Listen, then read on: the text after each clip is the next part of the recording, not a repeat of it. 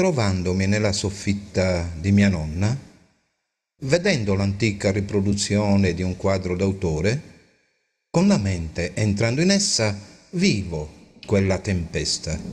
che poi vedo affievolirsi lasciando però posto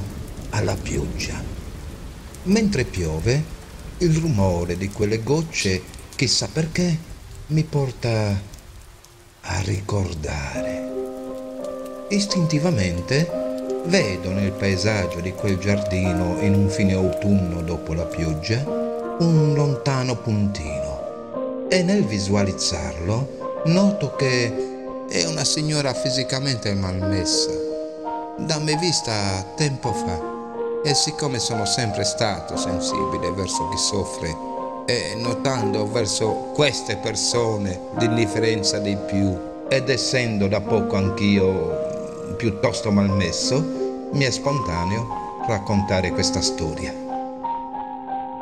Sta leggendo un giornale, sino a quando arriva alla pagina che parla dei bisogni di sofferenti poveri, malati, soli e senza amore. Quasi alla fine di tale lettura, poggia il giornale pensando: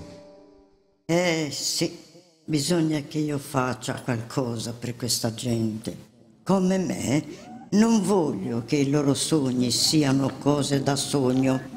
ma voglio che ancora sognino di realizzare i loro sogni.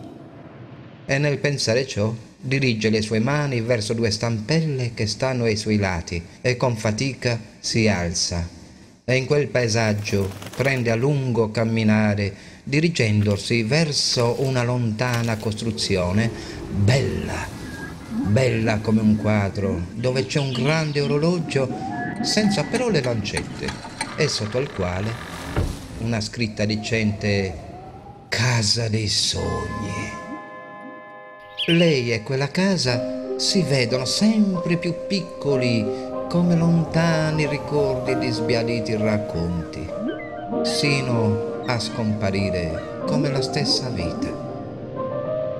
Rimane la panchina sola come lo era la signora e su questa panchina sta il giornale dimenticato e un improvviso vento lo sfoglia e poi lo fa cadere fra un cumulo di foglie secche e nel disfarsi quei fogli con le foglie volano via verso un cielo nuvoloso e nell'andar sempre più su si trovano quasi al cospetto del sole come a trionfare del suo dar luce e poi si allontana divenendo sempre più piccolo ma lasciando l'eredità di una bella giornata.